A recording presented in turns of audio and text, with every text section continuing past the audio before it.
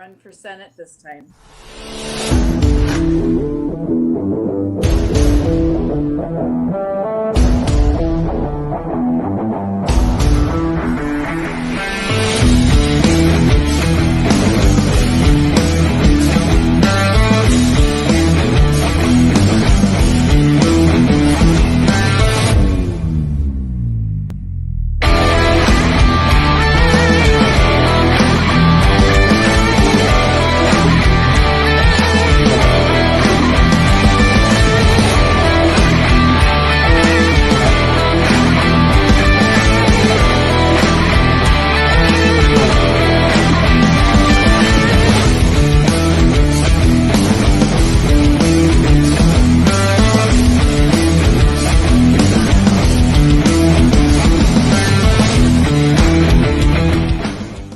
Good morning. Welcome to Brandenburg News Network. I am Donna Brandenburg, and it's the 18th day of December, 2023. And welcome to Brandenburg News Network.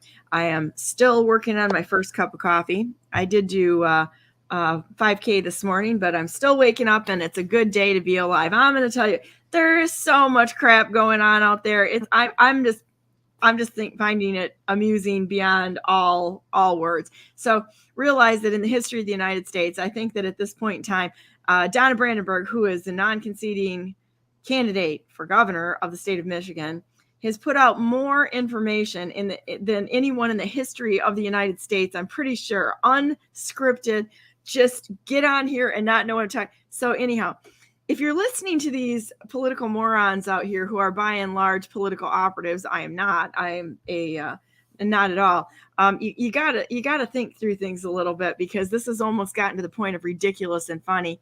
But with that, I'm going to bring on my friend Holly DeBoer, and we're going to talk about red-pilled Michigan here a minute. And we're going to dig down some of this nonsense. I've got some pictures. We'll start out, and then Karen the Riveter and Ralph, the IT guy, is going to come on in a little bit here, but I thought we would address some of the political nonsense in the state of Michigan. Yeah. You know what I'm seeing? This is ridiculous.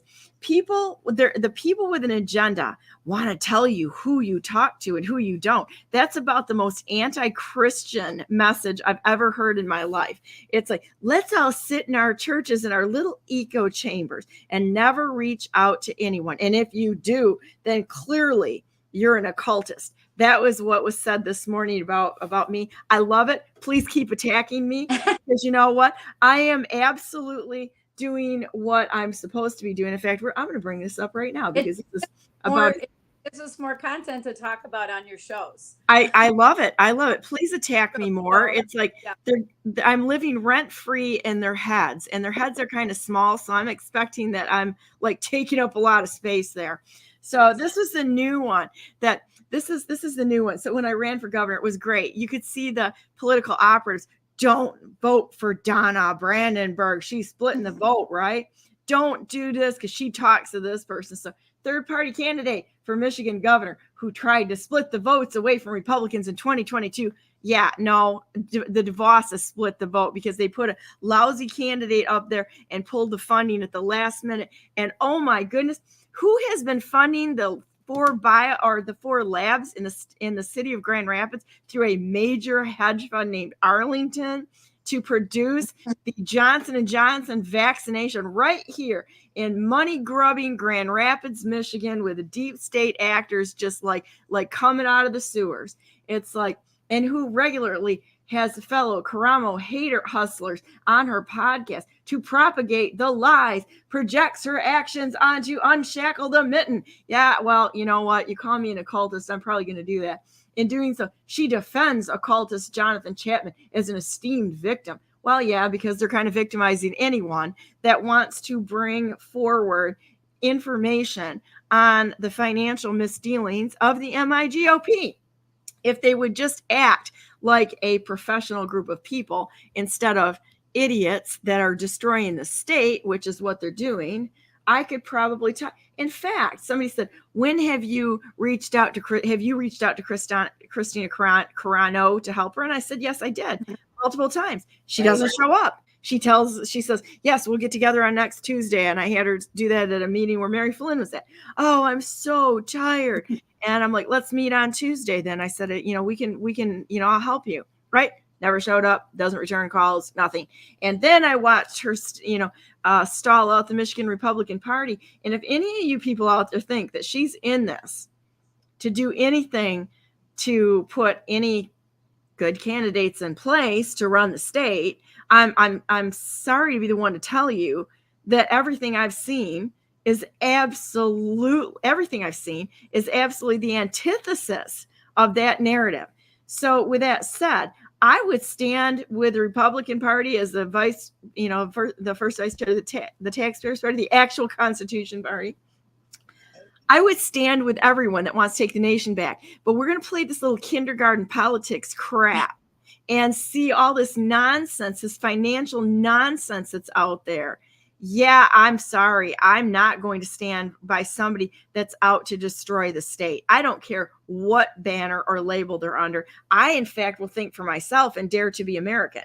And I will talk to people who I don't agree with, because I think that's actually what Jesus did. Did Jesus not stand with prostitutes and tax collectors and such? He was there to help. He wasn't there to sit there like little pariahs saying, we can't talk to these people. That is anti-Christian and anti-Christ mentality. And I'm going to call it out for what it is. These people are evil. And we are supposed to be not in lockstep in a party like the Nazis. We're supposed to be reaching out to people and helping them. That, our battle is with principalities and powers. It's not. You're watching high school move, right? Oh yeah. It's turning into a popularity contest, and God forbid if we find a way to release Michigan from this power that's been placed, that we're trapped underneath, and we find other ways as we the people to break free from it, and then we get placed and labeled as the bad guys. I mean, it's like we're hovering over a target, obviously. And we're getting closer to figuring it out. So the more that we hover over it and the more that we realize it, the worse this little back chatter is going to get on there and stuff to kind of deface us and, kind of go after what we're trying to do, which is bring good back to Michigan and free our state. We are a key state in this election in 2024. So yeah, and Kent County is a big deal. So is Ottawa and Muskegon, because Ottawa is like a nest of corruption over there, and the ties to the DeVosses are just unmistakable. Same thing with Kent County. You have to see the money and where the money is coming from and how they're funding, defunding. We've got like about 22 strong oligarch families in the state of Michigan, which are buying our elections, and they're great at making people stupid real quick, because people want to get on these teams, these little cult teams, and be with these winners. Well, the problem is that most of them are losers, and the teams, and they were chosen as losers to distract us rather than keep us on point. Now, the nonsense within the MIGOP is as bad or worse than the brand new party, than the old regime that was in there for the Republicans. It's the same group of people, and you can see that with the shared address through a company called, I got to think about it a minute, Protection Services, that was owned by one of Christina's handlers and shared the same address as the old MIGOP. They're commingling people. This is nothing new. We've got the Republican Party, the Democrat Party's working together. Now, the two factions that they split within the Republican Party are now, you want to talk about split the vote? They're working together in order to divide us enough that they're, and if you think that you're going to support someone as a straight on Republican instead of a candidate, which is why I applaud you so much, and what you guys are doing is that they're going to yank the funding at the last minute so that whatever candidate they want to get in is going to get in. And who loses? We the people. The same thing that's been going on for a long time. The thing is, we started to realize that if you're not going to be fundraising, I mean, take a look what happened to MGOP, that they got rid of their events, right? Their events team. So if you're not raising money you start play the tape forward. If you're not raising money and you're not out there talking to the people while you're fundraising or having family events, you're having a little bit more high-end events and stuff to go through, as we have a huge election year. What's going to happen? How are you going to get the vote out there and let people know who these people are that we need to vote for to get us out from underneath this dome that we got trapped under here in our state? And so you just start to realize that if we don't start forming the PACs and we don't start getting out there for ourselves and getting people, it's regular people coming together to see this. All the phone calls that I made leading up to our event at the Gettysburg Gala were people that I knew from being working for different people throughout my life, when I was a nanny or I was doing daycare, and when I started calling them, they don't even know who to give their money to anymore because they're watching the mess unfold. And yeah, it's disaster. Right. And so the thing of it is that they're starting to see this lifeboat, one of many lifeboats, hopefully in this state, that will start to form, that people will be able to jump in and start to raise money and to get the flyers in the mail and the signs in the yard and hold meetings. We're trying to have some free events where we can actually bring people in that want to run for office, but they don't know what it looks like. They say, we're not experienced. You don't need to be. If you have a passion for saving your state and you want to do what is right, you don't need to be an expert. You really don't. And so we're finding that over and over again. But that was what was told to us. And then it's tying people's hands up and then they're afraid to run. And it's like, you never ran for governor before. I knew nothing about it. And I'm telling you, you can learn really quickly and you can change the game, because you don't have to play the game anymore. You don't have to play the game. And they say, this is the way it's always been done. It's like, well, yeah, sorry, we don't like it that way. And we're changing it. And that's what we're doing right now, is we're changing the game, and they don't like it. They don't like it because they have control over it. So. And I think the thing now, you guys aren't taking like dark money or any other money like this. This is individuals, which is why I've never been a fan of PACs, and I did not take any PAC money or any dark money when I ran. I was asked to run, and I'm like, this is going to be the worst decision you've ever made, because I pretty much hate everyone in politics, right? Because I'm like a true outsider who I didn't have any ties to anyone, none at all. And I wasn't beholden to anyone. And I'm like, yeah, I'll give it my best shot, see what we're going to do it. But we're going to do it honestly. And if I win, great. If I don't win, that's okay too. I want to see if a regular person can get in there and do this in an honorable way. And the attacks have been brutal. So now this unshackled mitten bunch of political operative morons are after me now. I think it's great. Please attack me some more, because you're just giving me free advertising. It's awesome. So, but and you guys have been attacked, and I got attacked for talking to you, and I've gotten attacked for talking to, everyone. Oh, you can't talk to this person. It's a bad person. It's like, this is how they're splitting us. And, but I like the fact that you guys went ahead and started this on your own. I know the background of how you got started on this and why and what happened.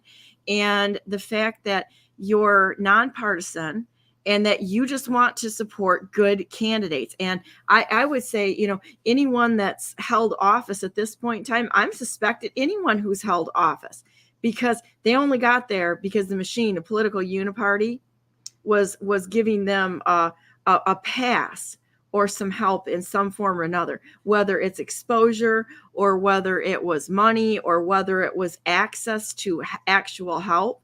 That there's a huge divide there. And I feel really privileged to come into this from an outsider's point of view, because I'm representative of most of the people in the state who absolutely look at people in a political capacity and want to be like, this is like so distasteful. I want to, I want to just like be done with the whole thing. I mean, the state's ready to truly vomit this whole political climate right out, because it's crazy. But let's talk to everybody about what's going on with you guys, and let's go through the event here. I'm going to bring some of the pictures up. So while you're pulling up some pictures, there's Alexa and I'm going to say, hey, Alexa. This morning she wanted to say hi. Hi, Alexa. Thank you again for having us on the show. So with this event, we had so many different people that came in that offered their services for free. The settings on the table is from a business that, all of the, the place settings that were on the table, it was offered for free. The backdrops that we had, one of them we paid for, you know what I mean? We put together, it was 3 or 4 of us putting this thing together, We the People. But this backdrop that you see right now is Jarrett Jakubowski, which was so excited about being a part of this. He was actually one of our speakers that got to talk about Lincoln, the past and what Lincoln was going through. And he also put together the beautiful backdrop and of the Gettysburg Address.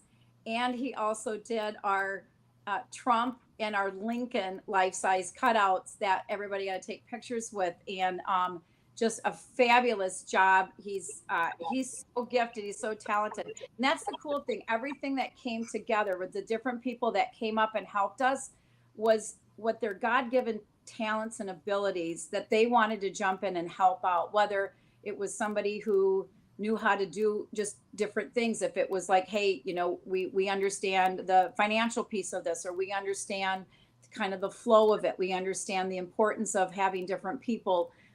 We had Turning Point Action there. We had Vaccine Choice there. We had a lot of different people, just, giving a shout out to the area that they're helping. Jill got on and mentioned there's a group that prays over people, and it started off small and it grew. And so it was just kind of like a way for people to get involved at even at the smallest level, if you don't have a lot of time, to the biggest level. And it was so cool just watching this come. Yeah, there's Trump and Lincoln, and they're huge. Like, I'm pretty short. That was kind of, I'm hoping Trump's really not that tall in real life, because it was really intimidating. Yeah, you're a very small person. You're like Karen the Riveter is going to be on in a few minutes. She's also a very small person. So it was really kind of a cool thing to have, and just it was we the people coming together for this event. We didn't have big donors. I'll just tell you that right now. No big donors. We had our volunteers went out, and bless her heart, Sharon, I'm giving you a shout out this morning. She went to different businesses and asking for donations for auction items. And she was just a trooper. She'd always come back every week saying she'd find something. And, and so we would put baskets together. And we spent a lot of time putting those together. And it was it was amazing. They're beautiful. And what we were able to pull off in a short time. We had somebody tell us, there's no way you can do an event, Holly. You need at least 3 months. And I said, no, I don't. This is the industry I'm in. I don't need 3 months. And they're like, yes, you do. And I said, you watch me. Alexa and I will pull this off, and we'll come through. And we did, but we couldn't have done it without all the help that we got. It's just different people surrounding us. Our team is incredible. Our team of volunteers that jumped on board and every step of the way, even moments of breaking down a little bit, wondering if we were going to see the finish line, knowing we would, because there's no way God brought us this far to drop us off. And then having Ian Smith, I know you sat there listening to his story, and we did. There was pieces I did not know. I was laughing my head off. He's hilarious. It was like, I sat there and I was like, oh my gosh, I don't think my husband would have let me with my business get past the first $5,000 fine, right?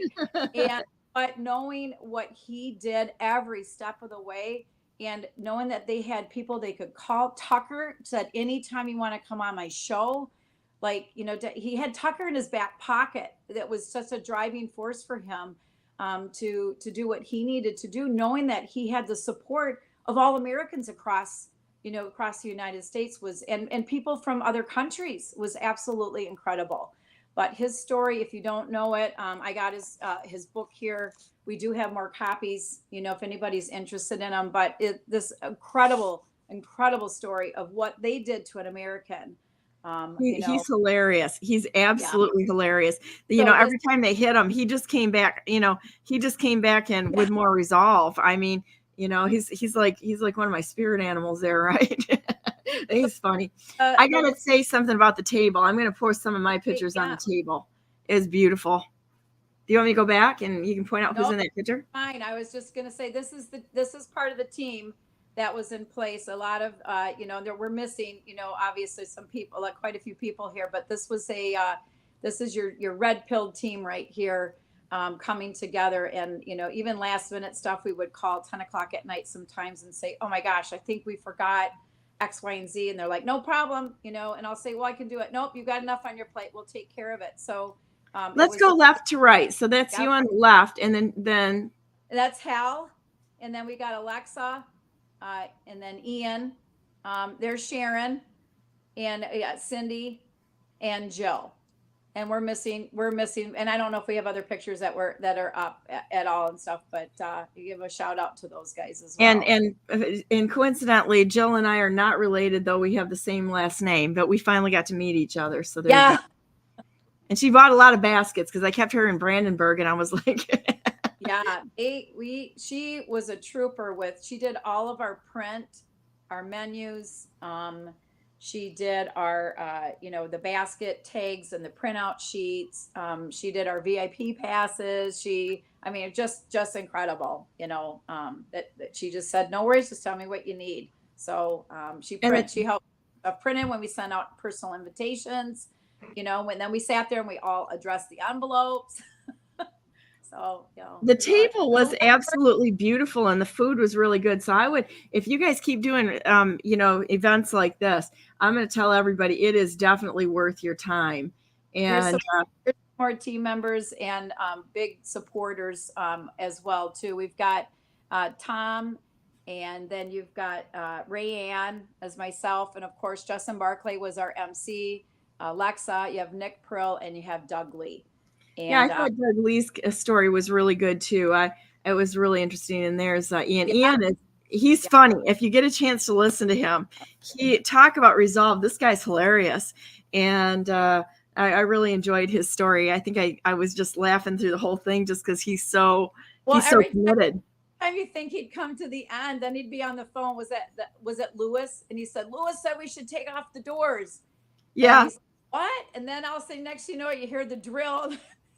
The other guy's taking the doors off. So when we did this, we had a stage that we were going to use, and the stage, something happened at an event prior to ours or whatever, and the stage broke. So we had to get a new stage, and we were deciding if we should do 8 inches all the way up to 2 feet. And we knew this backdrop, We the People, was probably 8 feet tall. And I thought, oh my gosh, Ian is 6. So if we do a 2-foot stage, he's going to be literally at the top of this thing. So we had to figure out how to adjust the stage, which was a blessing that the other one broke. So we had to drop the stage down to 8 inches just so his head wasn't clearing the top of the backdrop for him. Because he's tall. So. I just noticed that I was actually in this picture. That's the back of my head. I didn't realize it until just now. And so that was really fun. I just want to tell you that, I've gone to a lot of events out there, and most of them are people are trying. Let's just say that people are trying. And I give everybody credit for trying. You had every bit of that event was so elegant and so well done, and the food was amazing. Oh, they did such a great job. I gotta tell you, I'm a vegetarian, right? And I usually go to things and realize, okay, I'm probably not going to have anything to eat, and that's okay. I throw protein bars in my purse if I need something to eat. And I had, my meal was so good that everybody at the table was like, oh man, can I try some of this? And I was like, yeah. They're like, wow, this is great. I'm like, I want the recipe. It was acorn squash stuffed with quinoa. It had cranberries in it and walnuts and spinach. So Anna McCoskey was sitting right next to me, and we were sitting there going, okay, let's figure out how to make this. We're going, because it was so good. We had a few people that had the dietary needs and stuff, and I thought I should have just said I had dietary needs. But seriously, it was fantastic. I remember I had to keep getting up. I was going from table to table, and I know Alexa was too. We were, greeting people and seeing how they were doing and thanking them. And every time I left, I said, don't let them take my plate, Like, don't, I mean, I was like slowly grazing on it, but I said, don't let them take my plate. The chicken was fabulous. Everything was so good that they did. And we let them know that. We said the staff was incredible. They were on top of things for us, and it made for a pleasant evening, flowing very gorgeous evening. And it was, and the thing that I really saw there that really touched my heart, quite honestly, is that having been a truly ostracized by everyone in politics for the time I was in there, I was ostracized. I actually had quite a few people that came up to me and apologized. And, and because I think that they're getting it figured out that the political machine is only there to support the political machine. And, I don't hold it against anybody that, people were, whatever they said to begin, because I understand our nation has been taken captive, and it's going to take some pretty tough people to be able to get past this and not hold it against people because of the amount of brainwashing that's gone on in this nation. We have to get better at learning to go down those paths to know who we're talking to. When we see people that are sharing an office from the Grand New Party as well as the MIGOP, that's where it started. You can't tell me that they're not working together to take down anything that looks like it's standing for God or Republicans. And so we have to get better. We need to do some background checks. We need to find out if these people are competent enough to fill the position as a service. This is a service contract that we, the people, have with the people sitting in office in our government. We're treating this like a popularity contest. I don't care if I hate a person that's sitting in, and I just like, I don't like this person. I'm glad they've got the job, but I'm not going to go share Christmas with them. Okay. I'm not going to hang out with this person because I don't fundamentally like someone. Right. And we all are like that. We have people we just don't like. Okay. But if a person can get in there and do the job, I could care less if they have mean tweets. I could care less what label they have. If they can get the job done and restore this nation that we can fight together, that's fantastic. And I'll go hang out with the people that I'm friends with, but we've got to get past the popularity contest and vet them like you would an employee. And until we do that, we're going to get what we deserve. We're going to get popularity contests, and usually the least effective person is going to win that contest. And they're just going to be puppets. Well, and the thing that we ran into, and it's true, from people on our team, that stuff that was said about different people, but nobody vetted the information. So then you take, and it just keeps going on and on and on and on. And finally people come back and will say, oh my gosh, this is who I thought you were. And that's totally not. I can see that you're actually fighting for Michigan. Mm-hmm. And it's like, of course, so it's like the loud, crappy voices, and they think that they have information and they don't have it correct. I mean, even on our event, they don't have the information correct. I mean, they're saying that we're getting some money from somebody in Ada, and it's like, and it's just broad generality. You want to see what we're getting? You can pull up the donation records later, right? I mean, it's going to be public information. Pull up the donation records later to find out where, who bought, auction items, or who paid to, or whatever donations that they did. You're going to find out that that's not true. But what they do is they put this out there, and then people take it as the truth. Right. But at the same time, on their platforms that they're proclaiming to be followers of Jesus Christ. And then they put out false information, and then it goes through the system. And while it's doing is it's causing the enemy to infiltrate us even more, mm-hmm. and then it just stirs the pot. Nobody bothered to ask Alexa and I the truth about what happened to us. They just assumed from the information that was given to them. And it's like, okay, well, when do our voices get to be heard? And then after I tried for certain. I say right, but you know what I mean? Like our actions at the beginning, and so without a platform being on your show, or without being on different things that we've been, a part of in company that people finally have asked us about this, and we were able to share the truth. It's we the people. We just, I mean, you got a grandma and a mom that don't want our kids and grandkids growing up in the world that Michigan is right now, and we want to free it. And so that if that's our driving force is mama bears, then so be it. That's our driving force. But even when you're going back and you're talking about how, like, even mean tweets or somebody's personality is just not what I like or what I want, I'd say tough crap. Right now, if we had to go to war, who do you want at the helm? Do you want Trump or Biden? And I'm like, I'm sorry, but I want the guy who's not afraid to take a stand. Do you know what I mean? I want the person who's going to lead the charge and not be afraid of what people are saying about them, Right. or distracting people. Just keep plowing ahead. It just takes one person to trailblaze, and the others will follow.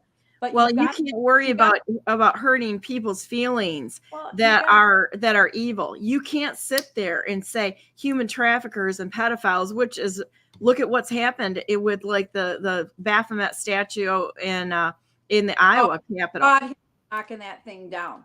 I was really happy the guy decapitated the little statue there on the ground. It's like take that Baphomet and just knock it right to the ground. I mean, if you want to talk about tolerance, these people are into human sacrifice, the people that worship and all sorts of bad things. And it's like, we cannot tolerate this. I'm sorry. Oh, it sounds to me like I'm getting attacked right now. Let's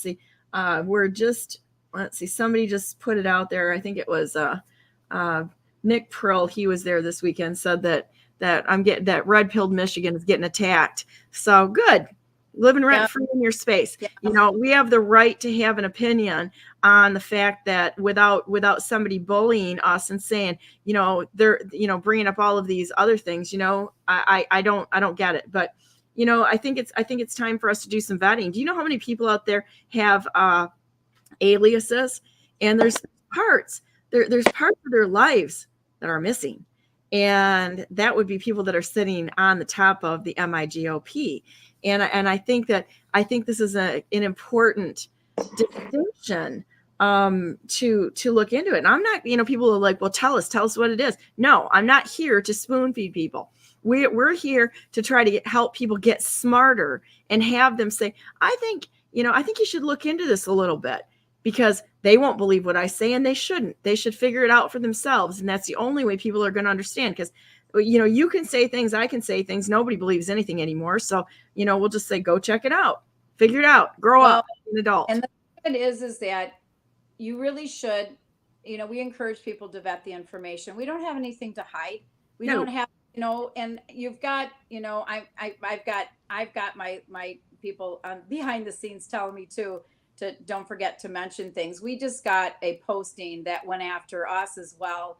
From and I'm not going to say the name and make sure everybody knows who it is, but maybe guess it's usually on your show at 9 a.m. But that they're talking about just how we've got it says it was rumored to have been paid by a generous donor. Any guesses who that might have been from Grand Rapids or the Ada area? Which is false. I'll just tell you that right now. If you're reading this garbage, it's false. The original ticket sales, we will just tell you, it's when we were doing this event with planned by Kent GOP. There you go. I just put it up for you. And first of all, there was no big donor, and it was originally planned when we were planning it with Kent GOP. They wanted to charge us $250 a ticket. And we kind of said, people are not going to pay $250 a ticket, for this event. We need to lower it, and that was our thing. And it was an actual fundraiser. It wasn't a group only party. We had people that wanted to come out and support us. They wanted to be a part of this. We did Don't Back Down. It was not advertised as a Christmas party. This was not a Christmas party. We did go up. It was the same night as the Senate debate, but everything was well attended. The Senate debate was well attended. Our event was well attended. And then there was a GOP Christmas party that week that was well attended. So everybody picked and chose what they wanted to support and be at. And there was no competition for that. We had amazing speeches by Jarrett Jakubowski, Ian, Doug Lee, Stephanie Boone, Mike Loitz, Miguel, and Nick Prill. I mean, we had a ton of people that got up to share what was going on in the community and what was happening to area businesses, what was going on. And I think when you read some of this this garbage that's on there, that you allude to what you think that you know, what you're doing is you're sending people astray. It's a stumbling block. I'm not going to go to the debates. So no matter what anybody says, the debates are just like a low IQ type of an interchange, if you ask me. It doesn't prove anything. And that's why I don't like them. It's like you don't go into a job interview and sit down with all the candidates and debate each other. That checks debate skill. That does not check their competence in running the state. It's a bad metric, and it's absolutely, as an outsider, it's absurd. It's Well, so I as an outsider, I'm not going to go to the debates. And I would say probably the rest of Michigan looks at this and goes, oh my gosh, please, dear God, stop this nonsense out there and get somebody in office that's actually professional. When you're looking to win favor in a position, do you sit down with the other candidates?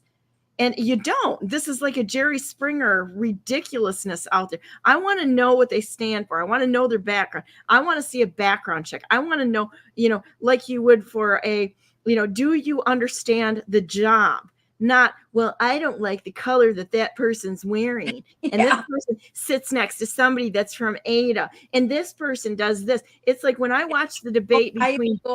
It's so high school. Dixon, it is. It was like between Dixon and Whitmer. I'm like, this is like watching a couple of high school cheerleaders going at each other. Neither one of them had even a serious answer on anything. It was a cat fight. It was ridiculous.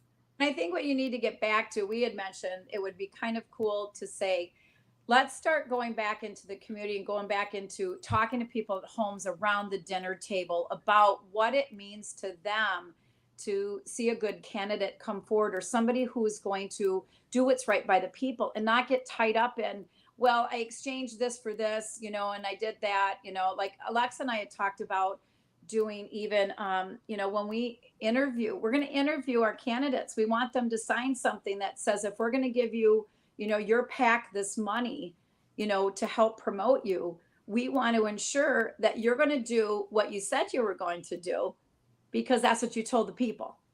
And that accountability is critical. And we're so lacking that right now. People just say, forget it. They got in, and we can't do it, and we can't change their minds. You most certainly can.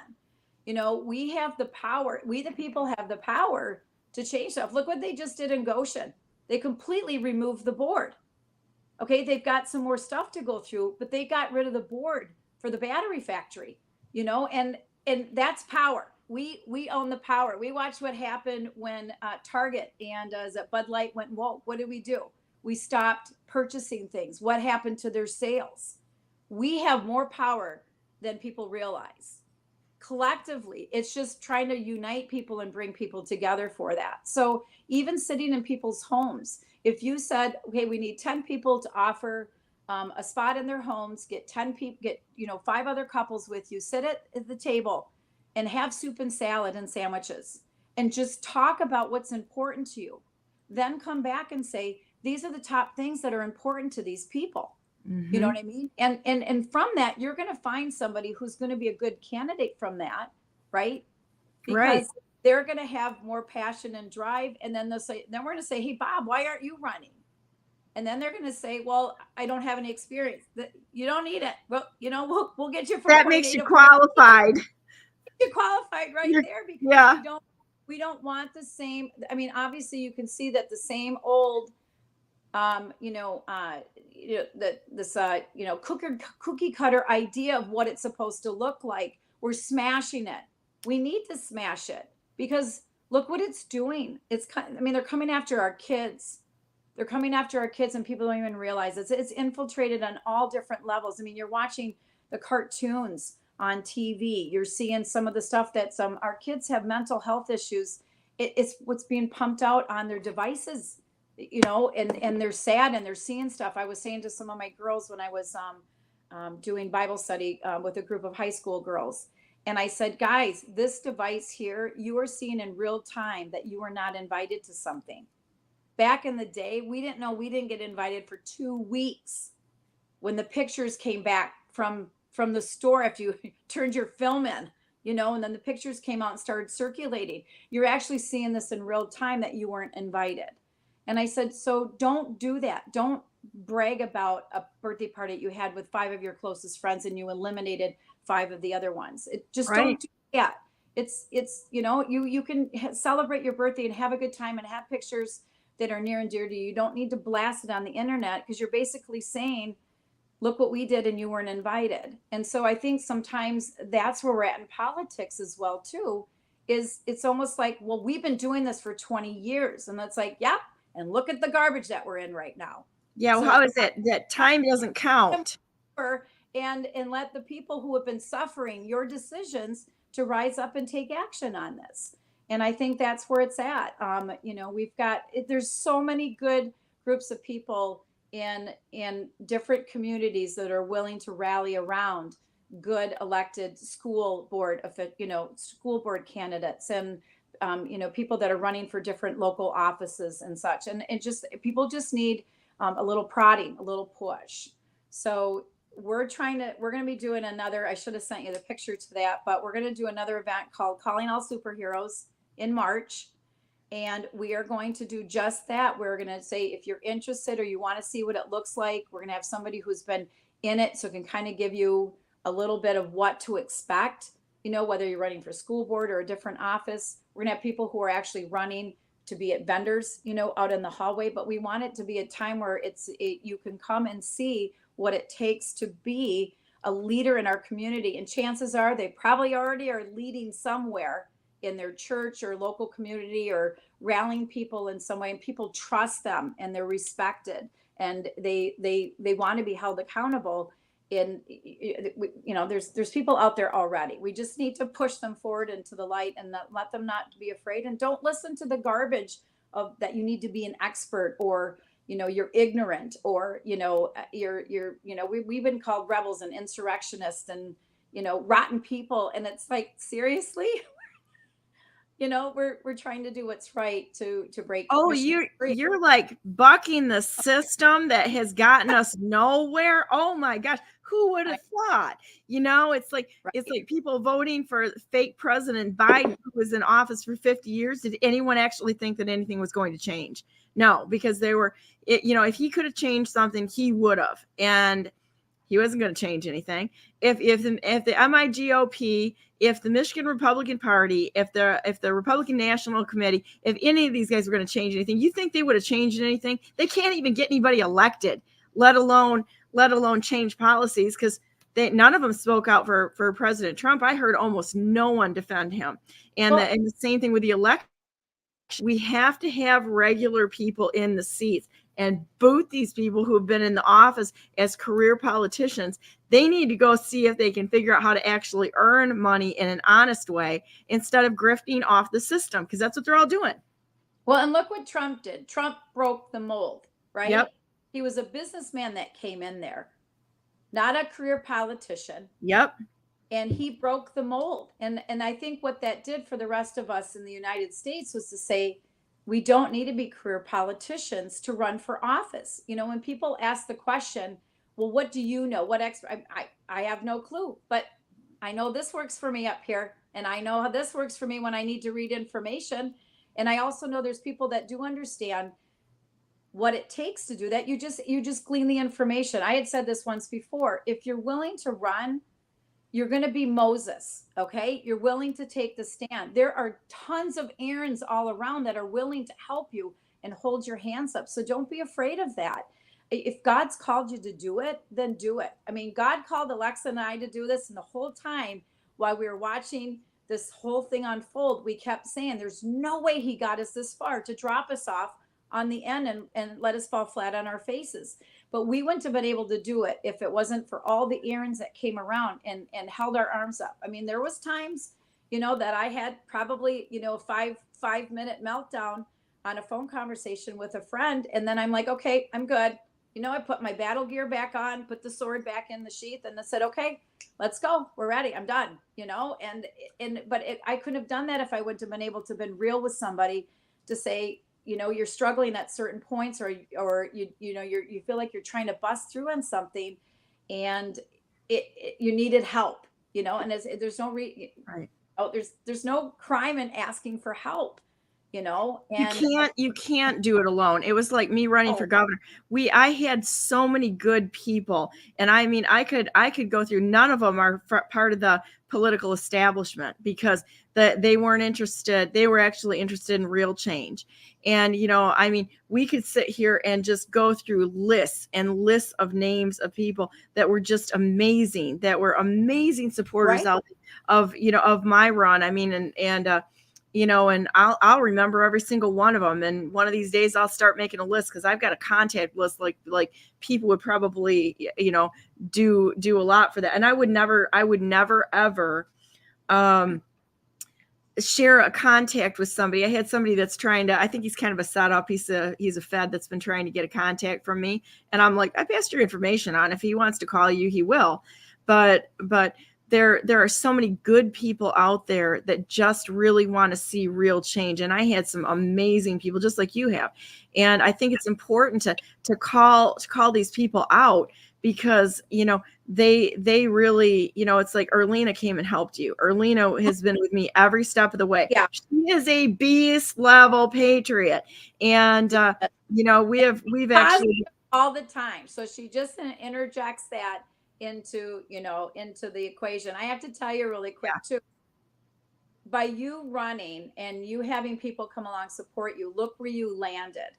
You own news network, and you're coming along and you're helping more people. So without the journey that you went on, Donna, we wouldn't be where we're at today, with you kind of pushing us forward and interjecting us into a platform that is brand new for us. And we're not afraid, I mean, but we got our help from, our pushes from behind, and on, and being on your show here and stuff. We couldn't do this without, I mean, it's not like people are showing up to talk to us about it. We have to kind of get it out. But to go back to Erlina, I ran into Erlina in a parking lot at an event that was at when we moved my business into the church. I think it was River City Patriots at the time. And I thought I recognized her, and I was like, hi. And she's like, hi. So we found out we didn't know each other. And then it took off from there. So it's been an incredible, friendship. And even when we were struggling with finding speakers, she was the first one I reached out and said, I need help. And what's she really got Danny and Lois on board for me. And that's been fun to get to know them as well, too. Just really positive, energetic people and fighting the cause. And so it's been really fun to get to know new people, and to see that there's people who want to see people succeed and free the state of Michigan. And they're willing to do whatever they can to help, prod this along. So, so it's pretty cool. Well, yeah. And it's kind of amazing, but it really does help sift out people who are serious and who are not. And I'd rather have just only a few people that are willing to stand with the truth with me than have a whole bunch of people that are just there running around without any direction whatsoever. And I really feel like that was a gift God gave me with running, is the people that were helping me, or the best of the best of the best. And that they're true patriots and not part of the cult that's out there trying to steer public opinion through manipulation. And that's a lot of what's going on out there. But anyhow, it's funny, Erlina and I, we travel together. She travels with me, and we sit here. It's gotten to the point now where we finish each other's sentences, and we'll be going somewhere, and it's like, it's ice cream time, and it's like, it's kind of like watching, it's like we laugh. It's like neither one of us had sisters, and it's kind of gotten to the point where, she found for the last thing that we went to, she actually found my dress. She goes, I found your dress. I'm like, where are you? And she's like, I'm telling you, it's your dress. It's in your size and everything. And so I ran over to Holland where she was, and I couldn't believe it. They had one formal in this shop, and it was like somebody had custom made the dress for me. It was amazing. And then I found the dress that she wore when we were out. I pulled it right off. I said, this is your dress. And it's funny. It's just funny how that works out. But it's truly an honor to be living at this time. You know, I got kicked off of like everything. I literally got kicked off the ballot twice. I got kicked off of YouTube. I've been censored by everyone. And that's how BNN started. It's like, fine, you know, they can keep, I own a little tech company. I'm like, they can keep hitting me. I'm just going to come back bigger and stronger and give people the ability who are truly good people, give them an ability to have their voices heard. And when you look at the interviews that I have, somebody was saying this on I'm on a call on Friday nights, and it's a whole bunch of my friends that were in, I'll just say the Anon community for many years. I was in that.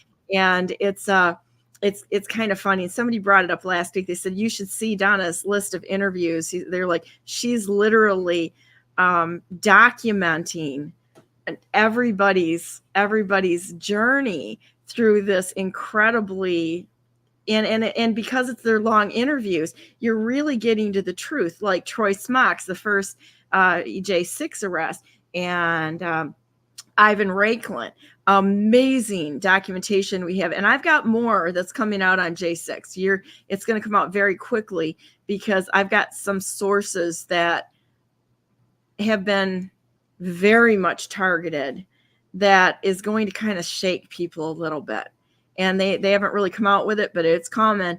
And, you know, and I keep trying to bring these people out there being, you know, silenced. And I don't care what anybody has to say. I don't care if I disagree with people. I want to hear from everyone, because there is no one who has this whole thing figured out except for God himself. The rest of us are pieces of his puzzle that he's bringing us together so that we can say, hey, you know what? I can do this to help you. And I can do that, you know, I can do that to help you, or this person can help you. And I just got to tell you that your event was one of the nicest events I have been to thus far, just even to attend. It was great. So whatever you need help with in March, you know, I'm your girl. I'm going to help you and getting the word out there. And I'll tell you right now, I'm the first to sign up because I'm signing up right now by my word. I will be there in March, first attendee. And yeah, I just really want to congratulate you and all your volunteers, and run down the list of names of the people that helped you in this last one, because we want to call them out and tell everybody who was there and who helped you with this, because I think they should be thanked. Exactly. Well, I'm going to tell the group right now that if I miss anybody, just put it on our back chat. So on our back chat here, guys. So help her out, guys. Give her the name. She's in the hot seat. live broadcasting live. So help her out. Hey, Lynn Shepard, Hal Molek, Nick Prill, Jarrett Jakubowski, of course, Alexa Adi, and myself who run it. Jill Brandenburg. Oh my gosh, you guys. Sharon, I'm going to mess up your last name. That's okay. Keep going. Just throw out the first names. Tom Nemchek. We had help from people on, I'm trying to think of who else. Oh, Cindy, Alberta. And we had Sharon's granddaughter came to help out. Cindy's kids came to help out. Jill's kids. We had tons of people that came to help out. All right, guys, start naming some names. Here they go. My brain's going to fry right now. And then we had just a ton of support on the outside. Okay. Yep. Yes. Stephanie Boone and Doug Lee, Ray Ann Fortin. Thank you.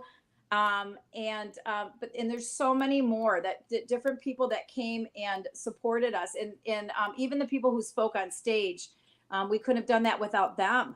You know, we had Miguel come, and we had Mike Loitz that had come speak, and even Jill Greer was able to fill in actually. And it was great because of what she's doing. And it's like, you know, people just, even if you're jumping on a prayer call, jump on a prayer call and help out. And so I just want to address really, really quick too. It's redpilledmi.org.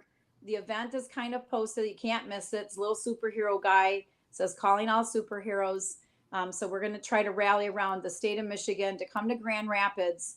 And what we're hoping to do is start to get a list of people, even in like school board, who want to run And so we can put a list together of all the patriots, constitutional, biblical based leaders that need to do this. I listened to LT on And We Know, and he was sharing a story. Oh, there it is. I Sharing love a LT. story about He's great.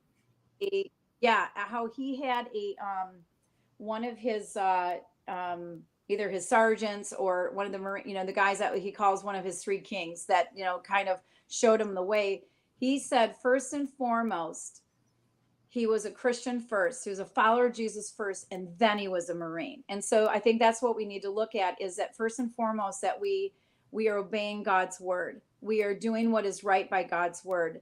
And that is our first and foremost platform of what we are doing as followers of Jesus Christ. And we couldn't have done this without, God gets the glory and honor for us crossing this finish line, and all the people that came along to help with their gifts and talents, whether it's being on your talk show here, on the podcast, to the people that kind of help behind the scenes to kind of push this forward. And Alexa and I are so grateful for everything that everybody has done to get us to this point. But so if you are sick of things that are happening in your community, if you are, watching what is happening to our children in culture and how culture is being pushed on them as a norm, find your way to this event, and we'll get you connected and show you how to file and everything, because I had help when I did it, when I ran. So it's pretty incredible.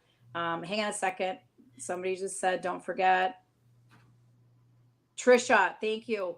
And her mad steaming skills. Yes, Trish steamed all of our free linens for us for the tables. Aw, that's great. John and Sherry, thank you for doing what you guys did and putting our succulents and our potted plants and helping with our flowers together. I have that on my counter, that little succulent that I got. It's so cute. It's in like a little Christmas ornament. So I just had the greatest time. And everybody there was truly nonpartisan, and it felt really healing. And I think that's what we all have to do, and I'd like to invite everybody that's in your group too. So we have a meeting on the 27th of January, the U.S. Taxpayers Party, which is the Michigan affiliate of the Constitution Party. And we're tackling a bunch of issues such as the gun laws that they're trying to take our guns, and the buybacks and all that sort of thing. And we're meeting at Center Shot Indoor. Should be a really fun meeting. So hopefully we'll all be able to get some range time in there too. And we're there. It's just like a work meeting, and then let's go target practice. Yeah, exactly. So it's just we have to be able to work together, and not just in our own lanes. We've got to take what we're doing and say, you know what, I'm doing my own stuff here, but I'm also going to help with their stuff there. And maybe we can come together on the things we agree on. And that's so important, because everyone has something to offer. And that's important. Everyone has a role to play, as Karen always says. And I just think it's important. The garbage that is being pushed out there because of rumors, and you are just attacking good, innocent people, and you haven't even talked to them. That just stop. And don't claim that you're a Christian and do that. And don't claim you're a Christian if you're not willing to reach out to other people. We're there for the healing of others, not to sit on our little thrones and be right. If sometimes it's okay to be wrong for the healing of others. That's one of my sayings I've had most of my life, is it's okay to be wrong, and sit there and take the arrows and the darts from other people. If you're you can defend yourself, but that's not always the best thing. Jesus didn't. He sat there quietly. He just sat there quietly and said, we'll figure it out. You don't have to go into Crazyville. And there's better ways of healing, especially coming up the Christmas season. We're all going to be with family, and there's always a crazy factor in everyone's family. Anybody tells me they're not, I'll tell you they're liars. It's like some people are, their voices, they say, look at what's going on. Look what's going on. Just give facts. I mean, if you're going to keep dumping on people, I feel like we're standing around this toilet watching the swirl, and they keep getting more and more people. And it's like, what? Just walk away from it. Yep. My suggestion to be is on these platforms that you have. If you don't have anything nice to say, don't say it. If it's pertinent, factual information, Hi. people need to know, go for it. Yeah, but it's factual. It's not, you have to have something that's factual, not Right. just an opinion, because they're probably killing off, they're doing a political assassination of those very people that are here to help us. Well, and so, yeah. Right, and us, I mean, you're somebody's already alluding to the fact that we have help from a big donor in Ada, which is false. And just to say it's false. Okay. So that person is a liar that said that, so we can discount anything they say. Right. You're going to see the records. They're going to be public information. Yep. And then it's going to be too far down the road that you listen to this. Come out and actually ask, the questions that you need to ask, and stop spitting out. You're getting this in second and third hand all the time. It's stop and vet the information. You look like idiots if you keep pushing this information out over and over and over again. And then, you come to find out that wasn't even the truth. And you're so far down this rabbit hole. That's the plan. That's what they're trying to do. They're distracting you from what is actually happening with the truth. It's fifth generation warfare. Yes. And when they can get us to jump on their ridiculousness, their idiocy, to weaponize us against each other, they've recruited a captured asset through their brainwashing.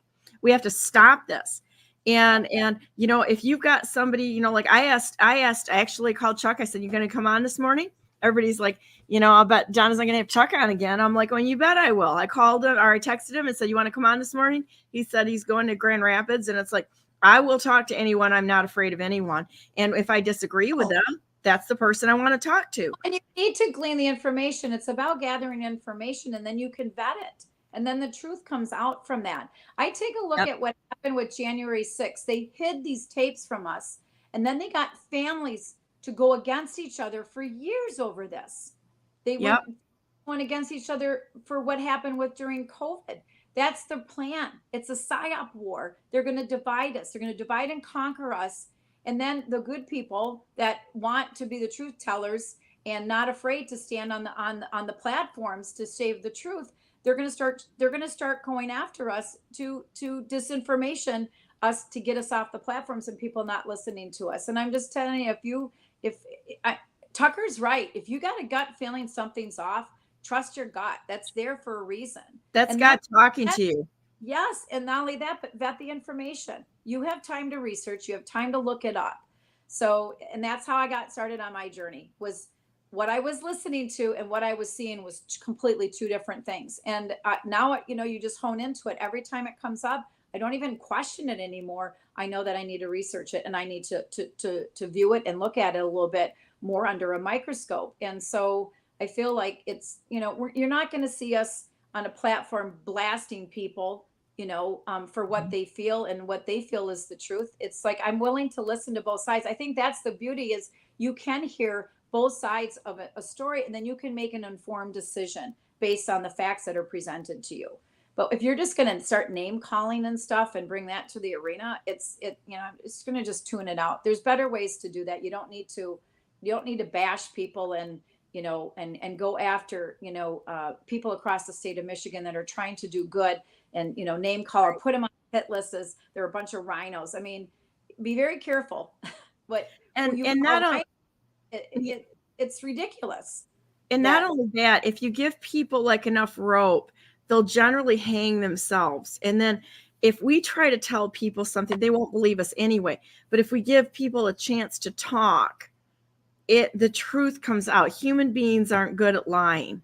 And so, the more time we have, it's like you think they are.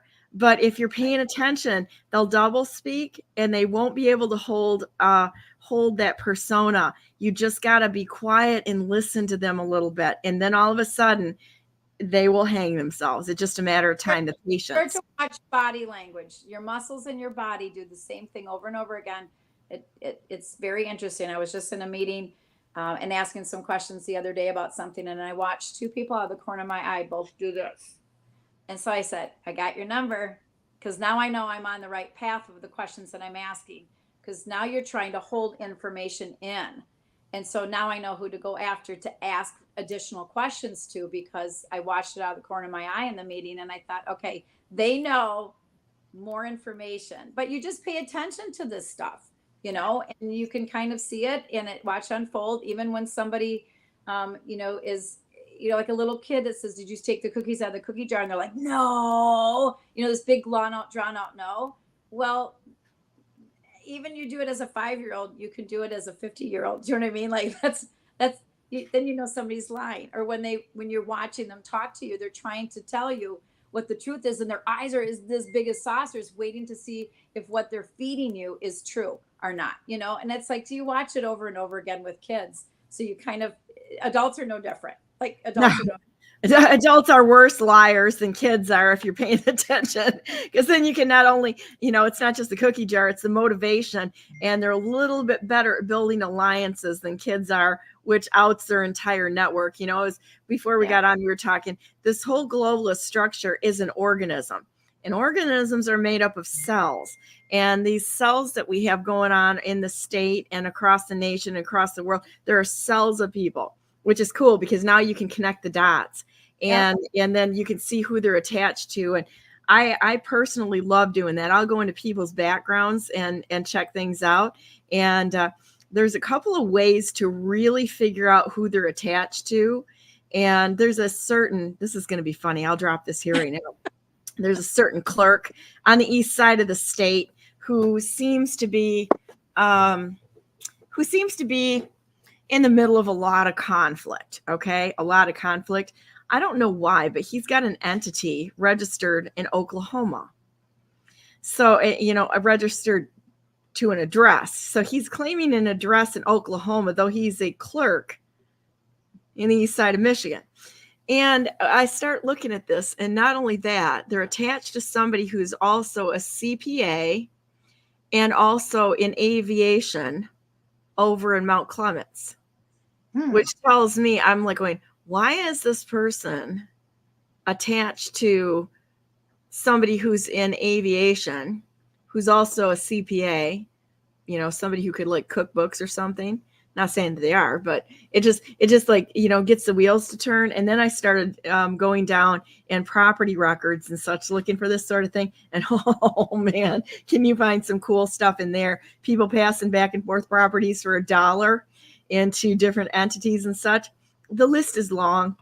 I'm sure right now there's probably a few people over there that are sweating, because guess what? If you look a little bit, we know we can figure things out pretty quickly. And it's just going to keep a roll, because they're not that smart when it comes to lying either. They've just gotten away with it because people aren't willing to look into it and find out. Are they qualified? Answer, no. Are they part of a cell? Yes. Are they part of the globalist organism? Yes, they are. And so when we need to really critically think, well, thank you. You know what? Maybe we can have you guys back on, and I would love for you to pick out some of the people that were volunteers in your organization that made it, and let's get them on and let's talk about why they got into it, and let them say in their own words why they decided to help with this thing. Because I think that's a great way to approach this. So after the first of the year, let's do that, and let everybody have a voice, whether we agree or not. You can call us whatever you want to say. I don't care, but we're going to continue to talk and bring the truth forward, and or let people make up for themselves without bullying. So, but thank you. Yes. Well, and if you go back and look at if you two really quick, two biblical stories that if people just realize, one is Ham, Shem, and David. Noah was drunk and naked, right? And the one brother, was the son, was laughing at him and mocking him for it. And the other two brothers walked in backwards and covered their father's shame.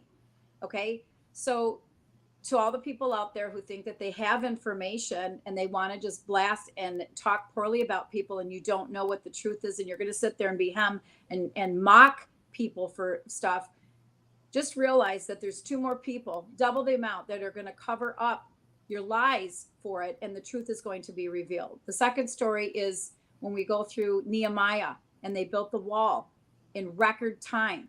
They got people, to come alongside and help during time. That's where we're at right now. Okay. We need to rebuild Michigan in record time. And even a prophet came to Nehemiah to try to tell him to back down, only to find out he got paid.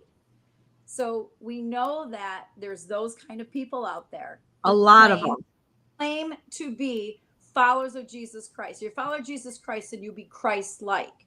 You don't get to be a player for the enemy in this and stuff. So we have to be on our guard. We have to be the watchman on the wall to make sure that what is coming to us is not a Trojan horse.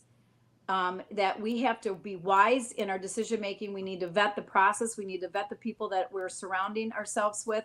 And we have a great team in place for us, just like you had a great team in place for you. And it's just to find out that we need more people out there. We need more people building the wall. And even if it's just the smallest job or the simplest job of making a phone call or coming to an event or encouraging somebody to run, those are the things that we need right now. We're at the time where we have to rebuild this wall in Michigan. And I know Ian wrote in my book, it was so sweet. He said, thanks for the great event. And he said, don't back down. And then he wrote, save Michigan, save the country. And we're doing it one a faction of, what's going on at one group of people at a time. And there's many more group of people that are out there in Michigan that are like us, that are like you, that are willing to give people a platform to speak on or to come alongside and just say, where can we help? So for us, go to redpilledmi.org. We have a volunteer sign-up sheet on there if you want to help us out and give a little bit more information, like, where your gifts and talents are, where we can plug you in at.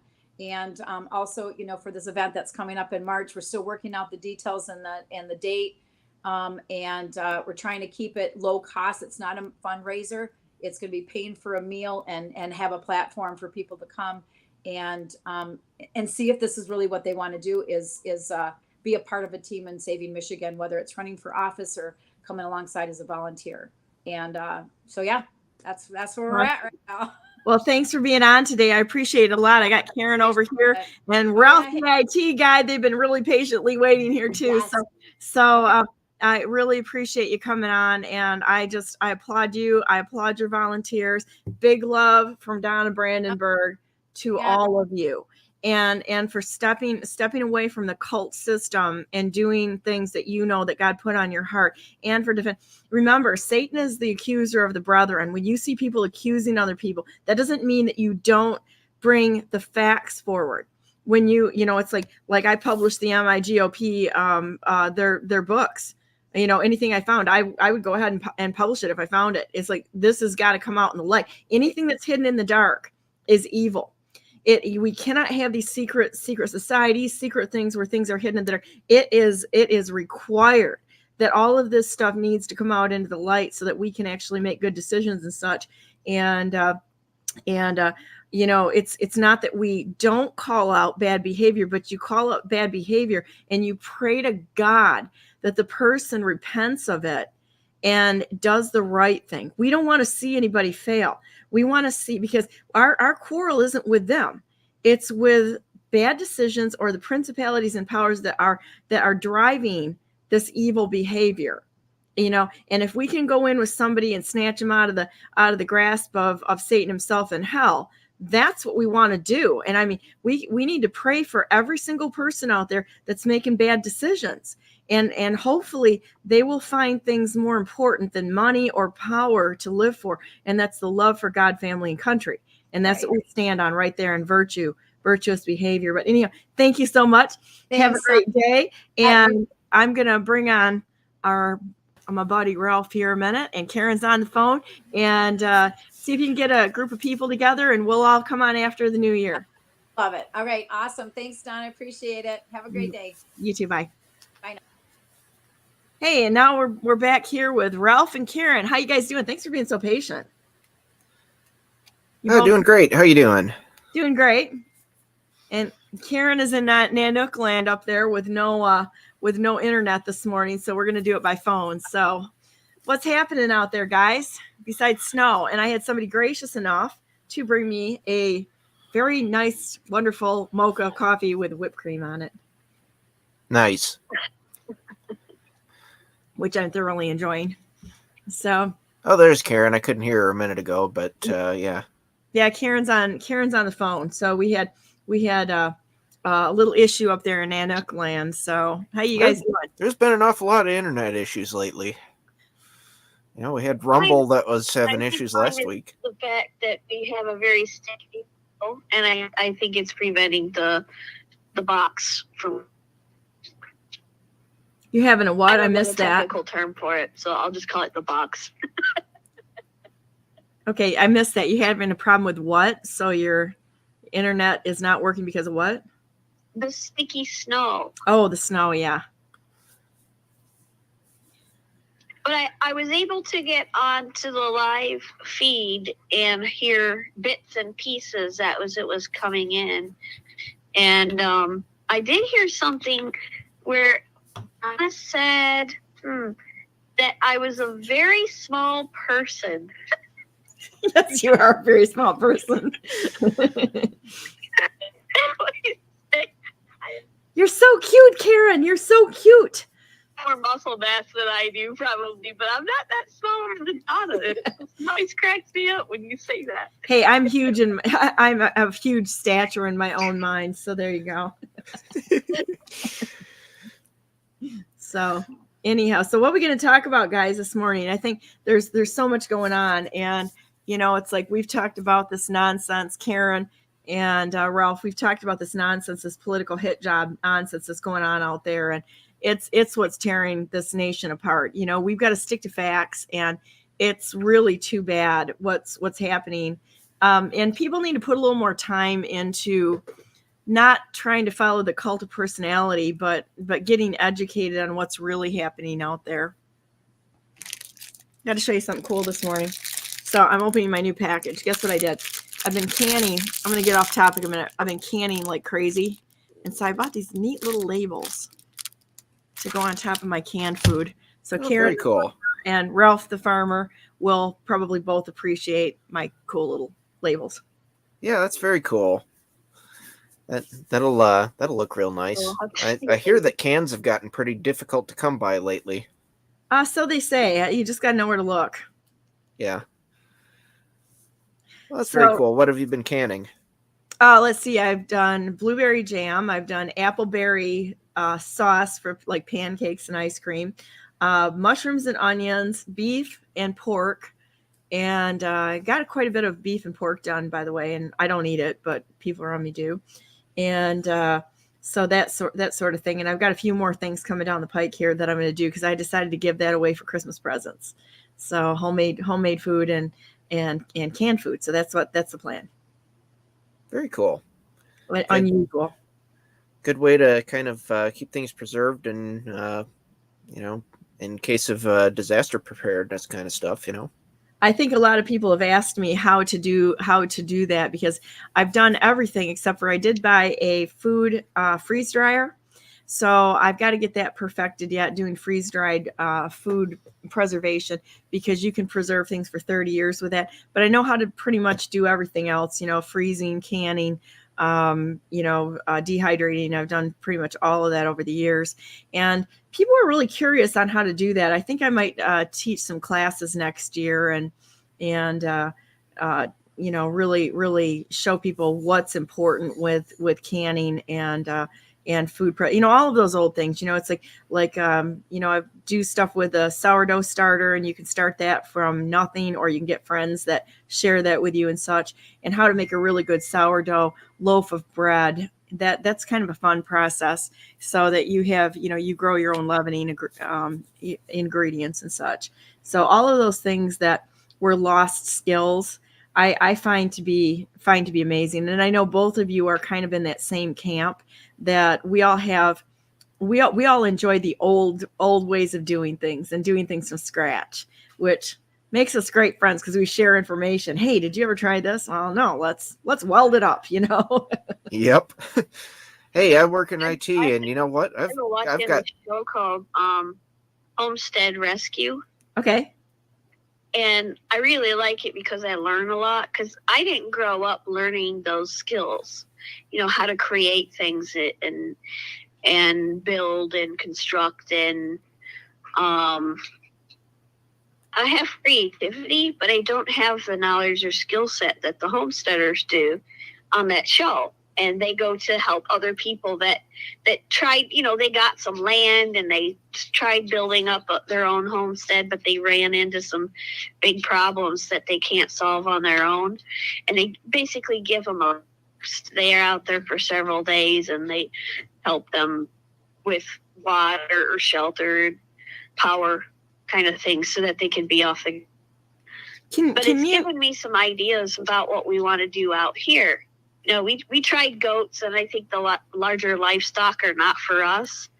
And we've backed out of rabbits, but we still plan on doing chickens. Our chickens are not doing well, by the way. Oh, really? We're getting like 1 or 2 eggs a day, and that's it. That's not bad, though, That's Karen, normal. because that's normal. Not for us. No. In the wintertime, for as many chickens we have, we should be getting a few a day. At least a few to several a day. And 1 or 2 is, we did have a lot molting right at the end of fall, start of winter. So took that into consideration. And where are you getting your chicken food from? Feeds might have made an impact, but I don't know. We've had chickens long enough that we've always had a better winter than what we've got right now, an egg. Where are you getting your food from, Karen? Well, we've had different ones. We've had feed from the Amish. We've had from major manufacturers, and we've got some from another guy. It's good stuff. So some of that is quality feed, and some of it maybe not so much, depending on if we ran out for a time and had to go closer than the longer distances to what we needed. So I can't say that it was or wasn't a feed issue. Okay. Well, we don't put a light on them. I know that ours take a break. We're down, we've got about 130 birds, and we're down to a very small amount of eggs being laid right now. But we don't force it in the winter. We let them have a rest period.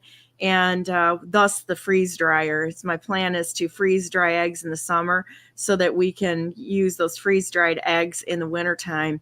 And not, let the chickens have a rest period, because it actually decreases their life expectancy for egg laying if you have them lay all year long. Yeah. Could you do me a favor? Could you see if you could try joining again? Me? Yeah. Do you think you can try joining on? I can tell you it's not going to happen because I don't have signal. I have 1 bar. Oh, okay. All right. Well, we'll go on this way because it's easier to step on each other this way because of the speakerphone going on, but that's okay. So, where are we going to go this morning? Ralph, you sent me we were talking this morning about we were talking about aerosolized fentanyl and problems. I think that you sent me a text here. Let me see if I can find it to show what's happened in Russia. And I think everybody better be seriously thinking about things like some of the anti-fentanyl drugs. You can go and get them. I'm trying to figure out where. So what I found is, and this is something that I hadn't heard about this event before, and this was an interesting one that I ran across recently. That I think it was 2002. There was a theater in Russia, and they had a hostage situation going there, and the conclusion is that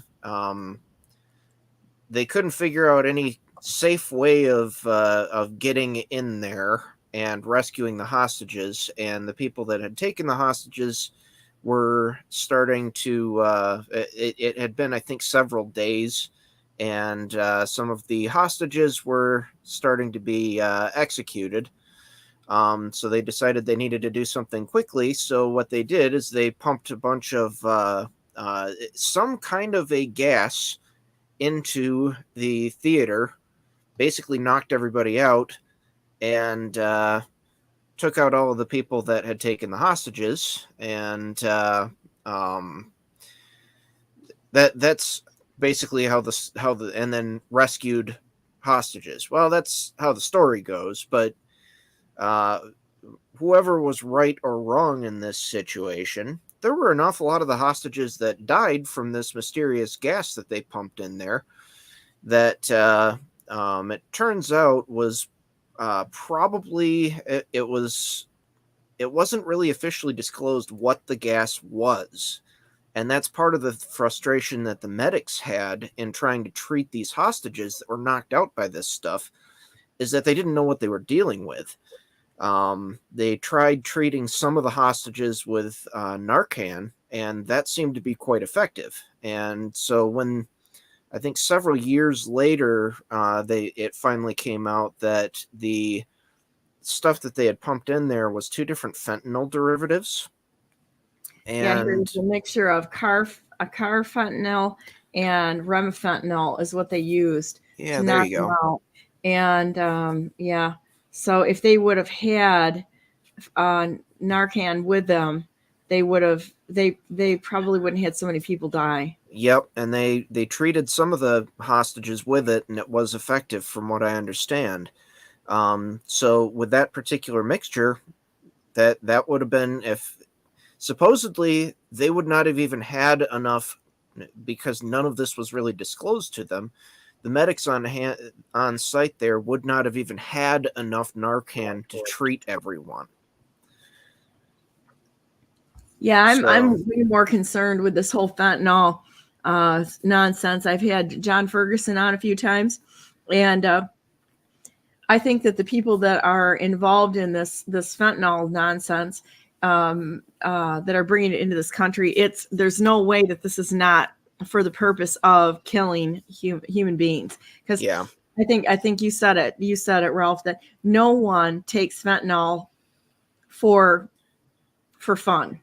I can't imagine somebody taking fentanyl recreationally. I don't see why there could even possibly be a market for how much is being produced to be brought over, across the border. I don't see why there would even be enough of a market to produce that much of it in the first place if it wasn't intentional. And the reason I say that is I've had several fairly bad medical emergencies, one of which after surgery the hospital tried they had me on one medication. It was an IV medication, and they decided they were going to try fentanyl to control some pain after the surgery. And so they put that in the IV, and my gosh, that made me so incredibly sick to my stomach. I finally told them, I will take the surgery pain over this. Don't give me that again. Because it was that miserable, and I was already on 2 different anti-nausea meds for the side effects of some of the other things that they had been giving me in the hospital to try and control the amount of pain that I had. And even being on those 2 different nausea meds, it was like the most, when they put that fentanyl in the IV, that was probably some of the most nausea I've ever had. It was just terrible, terrible nausea. And that was being on 2 different nausea meds. So I can't see why anyone would take that recreationally. Well, normally people just, if they I've had 2 friends that they packaged fentanyl in a different type, the little bubble wrap packaging and such. Somebody, a very good friend, right at the beginning of COVID, friend's son, he got, I don't remember what it was, but somebody gave him an off, they said, here, if you need to control anxiety, take one of these. And younger guy, and very nice person, but a little bit anxiety ridden. And he took one, and it was fentanyl that they packaged in one of the bubble packages, and he was dead before he hit the ground. I mean, it was that quick. His death was that quick. Yeah. And it was intentional. That was an intentional murder of this young man. And I remember the last conversation that I had with him. He was talking about is a very sweet person. He was talking about rescuing a kitten. He found a kitten next to a dumpster, and he was so proud of taking care of this kitten. And people are having such a hard time coping with the evil and the pressures in our society. Of course, there are going to be some people that are going to say, I've got to do what I can to dull the pain. And they know the weakness. And so they're doing that. They're putting fentanyl in the bubble wrap of other types of meds. Yeah. Other stuff is getting diluted and polluted, with that. And I do tend to think that's it. I don't see how it can be anything other than intentional, because intentional murder. Because I would have a hard time believing that people are actually intending to take fentanyl outside of a hospital environment, or where it's even unless there's a darn good reason and they're under the care, under medical care, and this is their only option for treating something.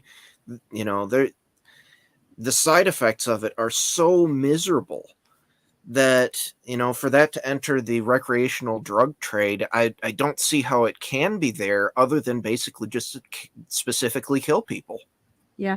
Well, and this article, but the other articles associated with this talk about not just to what John Ferguson did of aerosolizing fentanyl. They know how to do that, where they can detonate it like 300 feet above the ground, or, in a stadium situation. Can you imagine in a stadium situation if somebody decided to aerosolize this?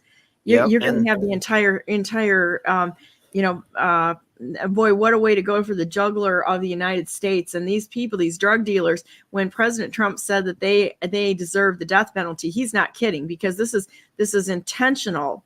This is intentionally overdosing people to lead to their death. And what this said here with this theater, and this is in 2002, they deployed it, not just aerosolized, but they put it into a gaseous state, and it was in the building's ventilation system. Yeah. So imagine that, having that, and then just basically everybody suddenly just kind of collapses, not even seeing, any kind of like a fog or anything like that, just totally invisible. Everybody just starts collapsing.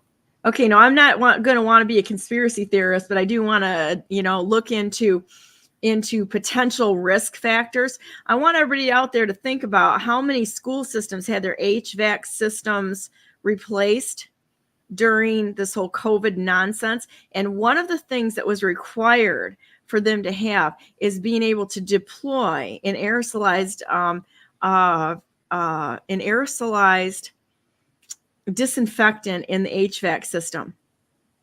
Think this through for just a minute here. Oh, I'm sure that has nothing to do with anything. That's a great idea. If you've got good people standing in the seats. But when I know that there's one person in the township I'm in who is in the school system, that it is heavily or widely known, took a $20,000 payoff personally from the state to keep the masks in place. This is a person who's working for the state when they take that kind of money in order to further the Marxist agenda.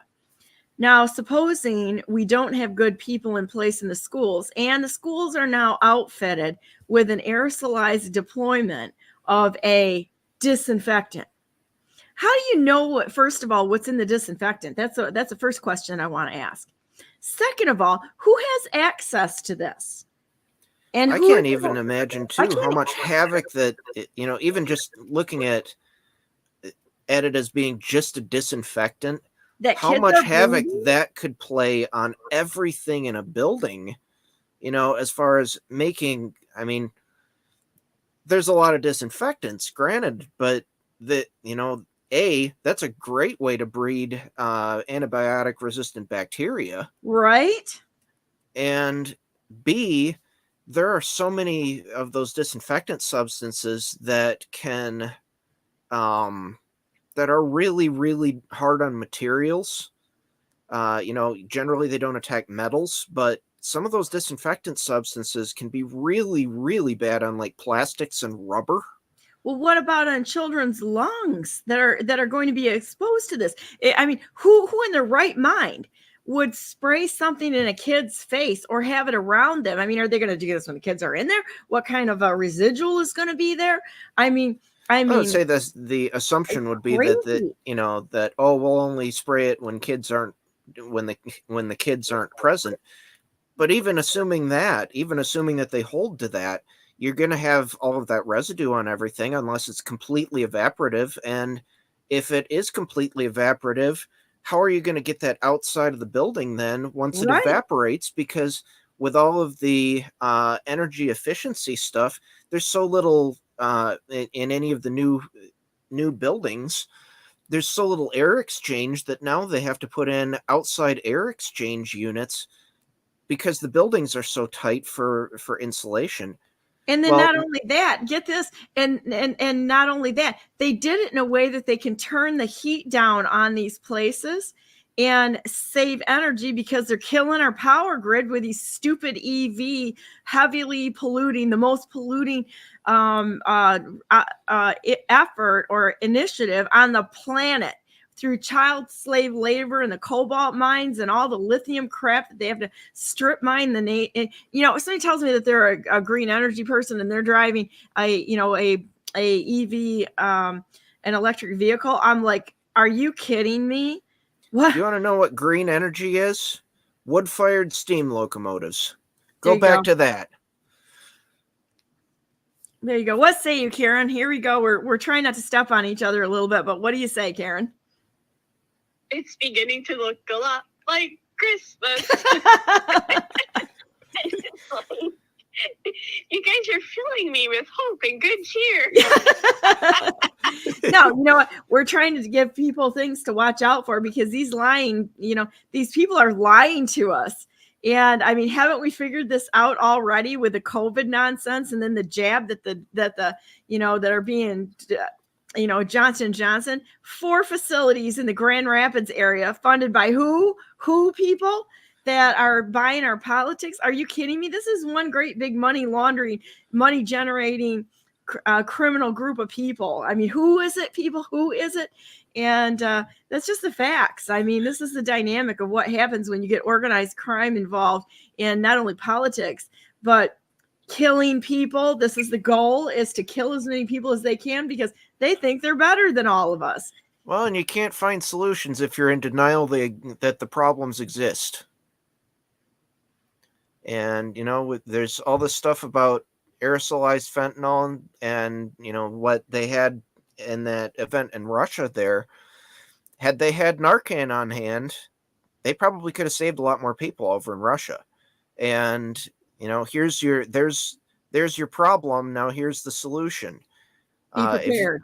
Get yourself prepared. In Michigan, you don't need a prescription for Narcan. In fact, I believe nationwide, you don't need a doctor's prescription for Narcan. And I should say, in Michigan, you don't need a doctor's prescription for Narcan. You do need a prescription, but the pharmacist writes it. So you can actually just go into a pharmacy, ask for Narcan, and the pharmacist can write you the prescription and then fill that prescription themselves. Now, watch if they try to lock this down, there's proof positive that they're trying to kill people. Yep. So I would recommend that everybody listening go out there and, have some Narcan. I don't remember what the generic version or what the generic name of it is, but have some of that on hand. They have, it comes in both an injectable form as well as a nasal spray. Nasal spray is probably easier to administer unless you've got someone who's completely unconscious. And even then, it might still be easier to administer.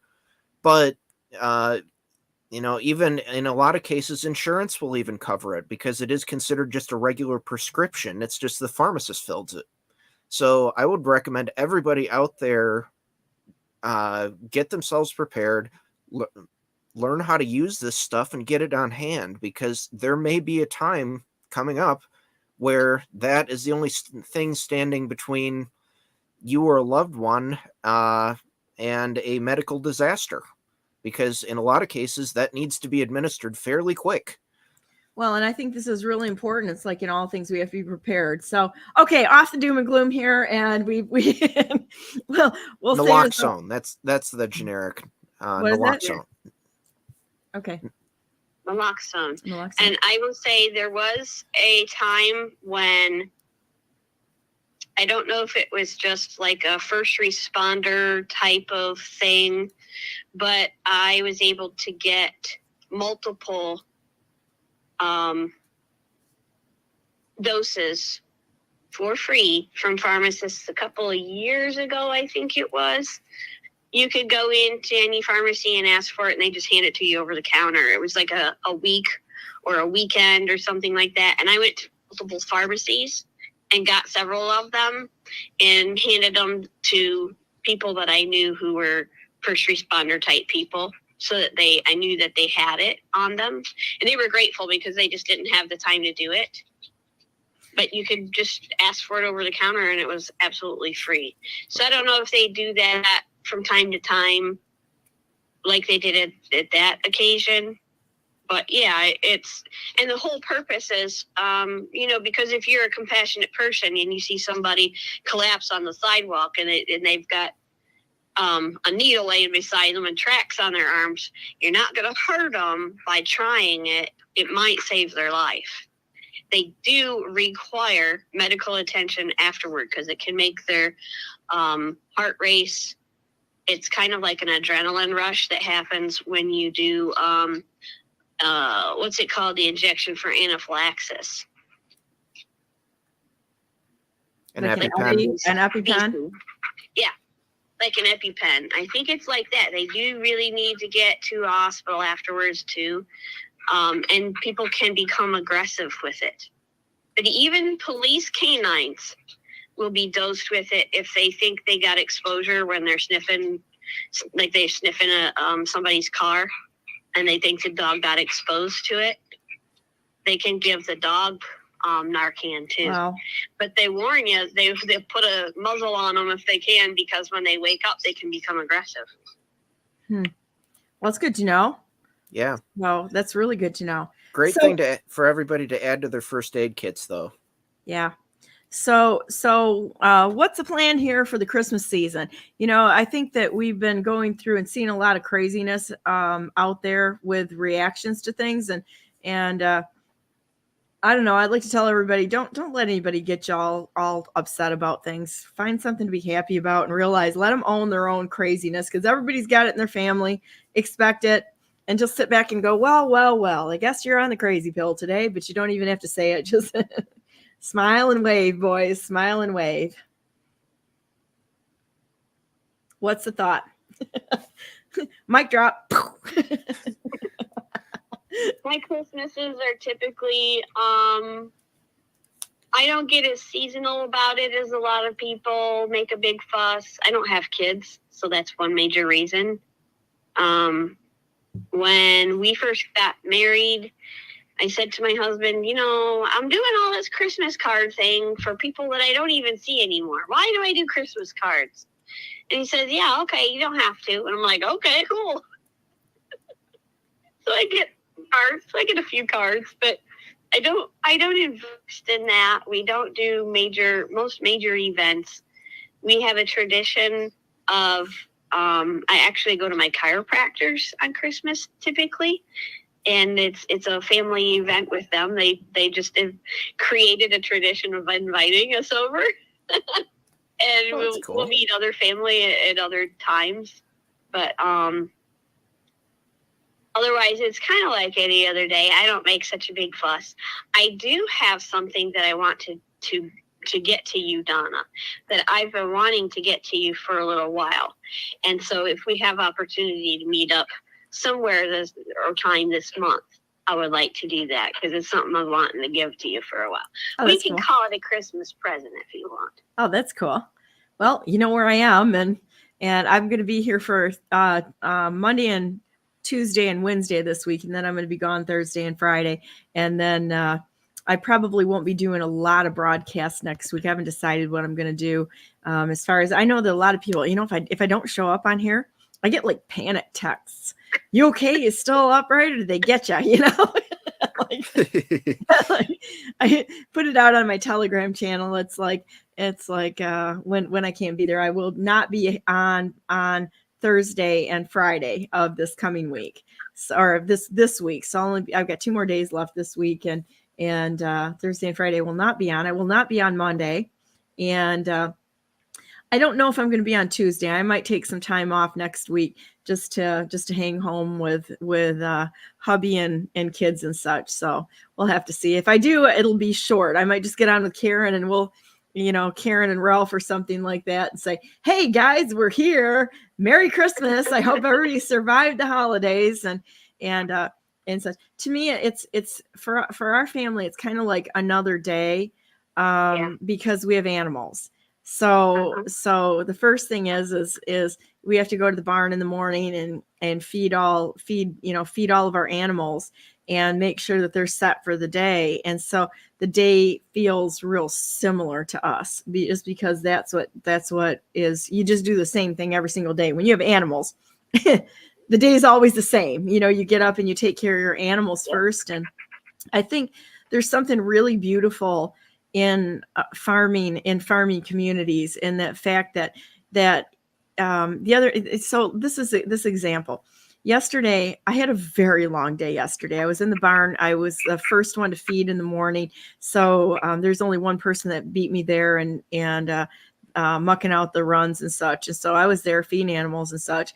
And we ended up digging up all of our potatoes, the russets. We still have red potatoes in the ground, but we'll dig them up, maybe tomorrow or something.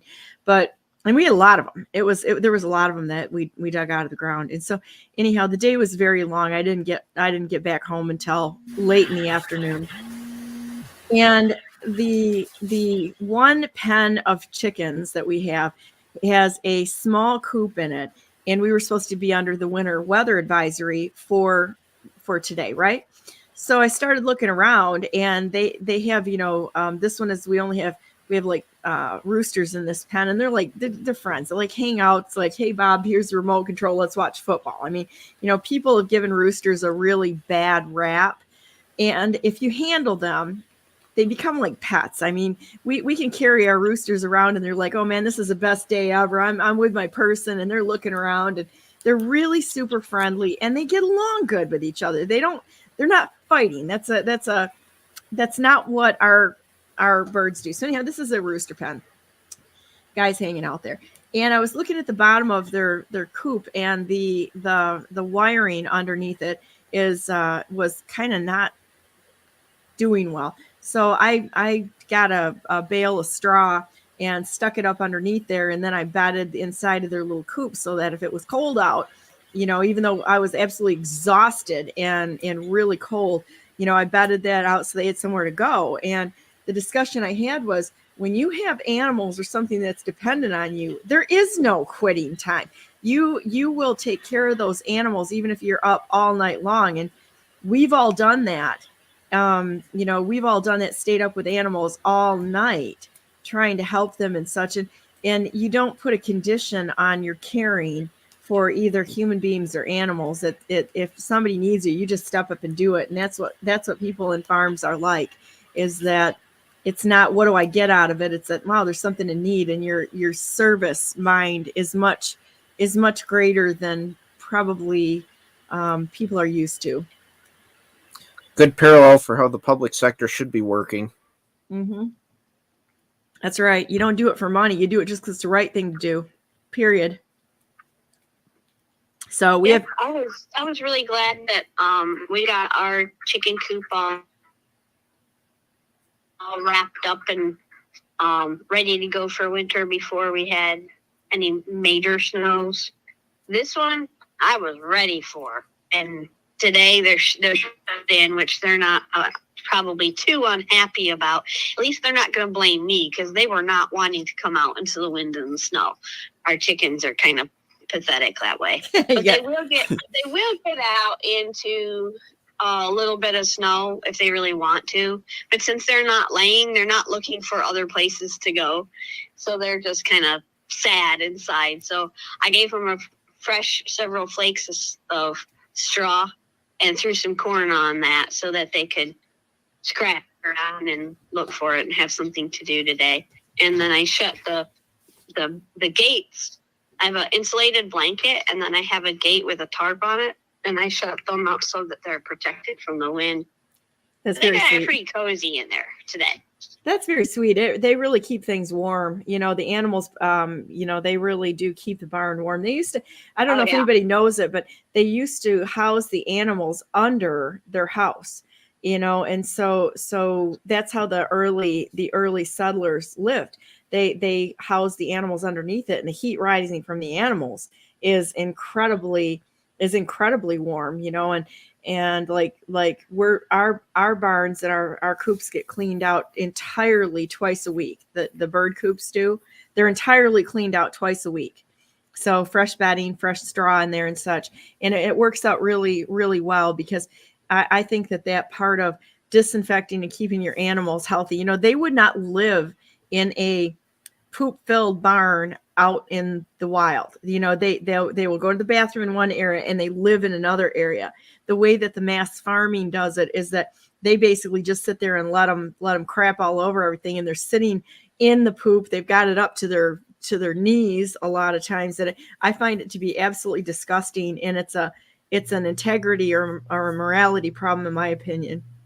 I'd like to see the mass farming decentralized and go back to where you have small farmers that actually care about their animals, and just not do it the way that it's being done now. Have you ever been in one of the big turkey farms, in the big turkey barns? It's shocking. I've never been in one of them, but we have several that are not very far from where I live. It will take your breath away when you walk in, because the ammonia smell. It's like literally you walk into one of the big turkey barns and you will not be able to breathe. It takes a minute to adjust to how toxic that environment is. And it's like, it's kind of horrifying.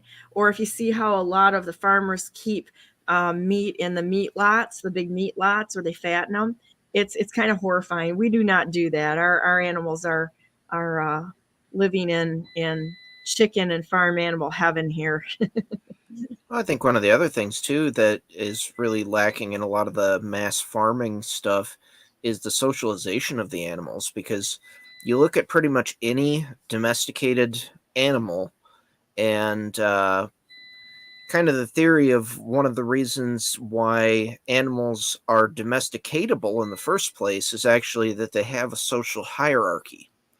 And so, like with chickens, you have the pecking order. Cattle have a hierarchy, and that's, that it's one of the reasons why they figure that they could be domesticated in the first place, because basically once you can get the leader of the group, the flock or the herd or whatever on board with you, then the rest of the group kind of follows along. And that's one of the reasons why they figure that there wasn't a lot of there weren't really domesticated animals in the Americas prior to European contact, is because almost all of the animal species native to the Americas don't have a social hierarchy. That's why you don't see, like, from what I understand, this is still true of bison. And that's one of the reasons why bison weren't really domesticated. But because of that, pretty much all of the farmable livestock are, from social hierarchical systems, which means they're all very social animals, socially centered. And I mean, like, you look at chickens, they're definitely social. They stick with their flocks, and even in a large flock, you'll have sub flocks where they group together with their friends. It's real funny to watch chickens when you have, the roosters. The roosters get a bad rap, right? And so, we have 2 roosters in each of our coops because they're protectors. And it's really funny because the hens can be horrible. The hens are like so vicious to each other. It's amazing. And those roosters will set up like demilitarized zone between two of the girls that are fighting each other. They'll like get between them and they're just like, all right, knock it off. And they will literally chase them to each end of the coop to keep peace in the coop. It's really funny. And, so people that, roosters, they're fighting, they're horrible. It's like, no, they're not. They demilitarize it. It is funny. It's really funny to see. Yep. And it kind of, I think, depends too on how people raise them. If you have a rooster that's mean, you gotta look at kind of the environment that they were raised in and say, okay, what needs to change there? Because right. You can have some roosters can be great little guys. Some of those guys can be so much more docile, and just friendly toward people. They're yeah. I'm a big fan of roosters in chicken coops too. I think, it's part of the natural order of things. They're supposed to be there. And the flock works better when there's both the roosters and the hens in there. Yeah, well, if there's something that comes up, like once in a while, we'll get mink around our barn, and a rooster, if something, or a hawk. You get a hawk, if a hawk, like ours are all covered, they're in aviaries and such because ours are really super spoiled. But you get a hawk that comes in to attack the chickens, they're going to have a fight on their hand with the rooster. And we actually had some that we had that the males died protecting the flock. And but they kept the girls safe. It was really. And, when we were like really sad, it's like, wow, that was a very honorable rooster that died to protect the girls. And, it's kind of like we were kind of sad about it because it was, he did his job and he was really, really amazing. It really bothers my heart to this day that he died protecting all the hens. Really, it was kind of heartbreaking. We had a really lovely big, what was he called? Blue Splash Red Lace Wyandotte. That was the first rooster we had. Our coop is currently situated right behind the house, and so it's very close to our bedroom, actually. Husband wanted to be able to hear if there was any problems in our coop, which was a little handy the night of the bear. Except he was underestimating what species he was up against until he saw the bear. He wasn't expecting that. But how'd the bear fare? Rooster probably would have made too much of a difference in that case. But we are thinking about moving it this next year. That's what we're thinking about doing right now, because the chickens are doing so much damage to the property near the house that it's like, okay, something's got to change, because I do like not having to step in chicken poop when I'm coming to and fro, just right next to the house even, or to go to my car every time we go out to do chores. And there's certain paths that the chickens come and go all the time that are well worn, and it gets muddy, it gets icy in the winter, and then it turns to mud in spring.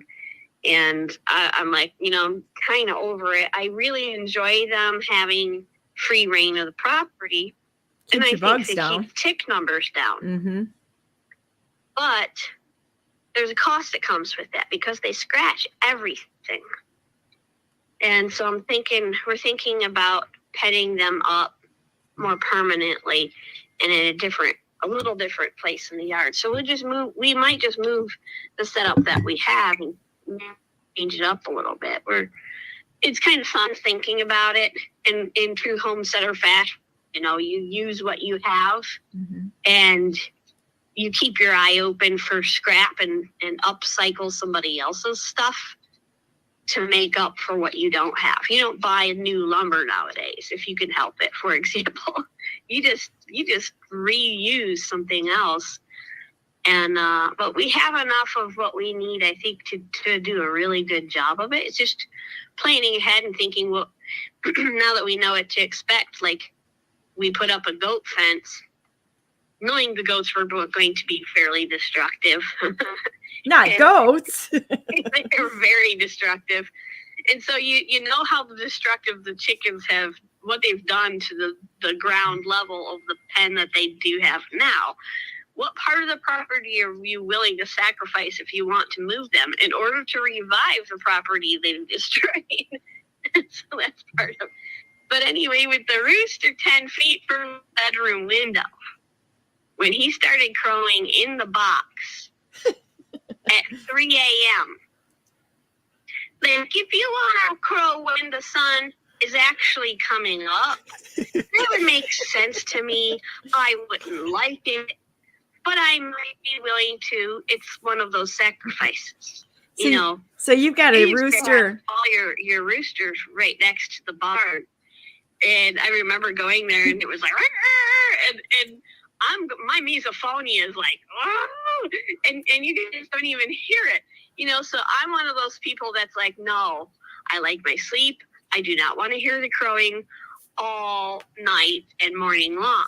So you've got an Olympic level rooster there that's an overachiever.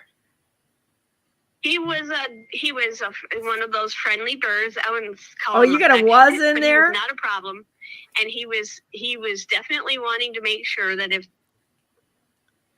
people in the area that have chickens, but they're a good distance away. So what I'm is sure this? they could hear him. What is this was thing? You don't have them anymore?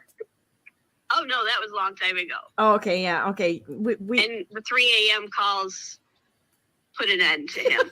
oh my gosh. And then we had another one. We had another one for a season because when we got some, what were they called? Amber lynx. They're a cross between, I don't remember. They're a crossbreed. That's supposed to be a good layer. And Isa Browns and something else. And they're mostly white. That's what Alice was, if you remember Alice. See, we name our animals people. We got 4 of them and rooster, but he was crowing all the time. And I actually tried putting a collar. I made a makeshift collar on for him, and it would stifle some of it, but it was uncomfortable for him. And then when I was checking on him to see how it was going to work out, and he was getting a little bit bruised up with it, so I was like, no, that's not going to work. I had to take that off, and Yeah, that's not good. I think we butchered him along with the meat birds. Yeah, we don't butcher birds. One of those. We used to have Alice when I was maybe first getting to know you. Yeah. She started coming to my feet, which most of the chickens don't. We've got a barred rock right now that's very social. She follows me around and talks to me all the time. She does the same to my husband. But they get attached to you. The chickens get attached to you, and then it's like you become their perch, and they're like, "Wow, this is cool. I'm on the top of the perch here." And so you can get them to jump up in your arms and then carry them around, and their little fluffy feathers are nice and warm. And Alice was the closest I ever got to that. But she started coming around to my feet one day, and I was like, "Look!" My husband was nearby, and I said, "Look at her. She's in the middle of the gravel driveway." Coming to my feet, it was really strange. And the other chickens were watching her. And I said, she's trying to get away from them because they'd been picking on her. Oh, yeah. Within about, a few days to a week, I was looking more closely at her and determined that her eyes were not clear, or at least one eye was not clear.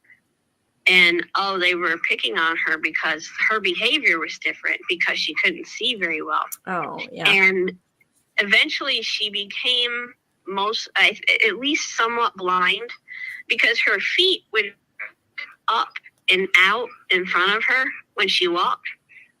She knew where she was. She'd get around just fine.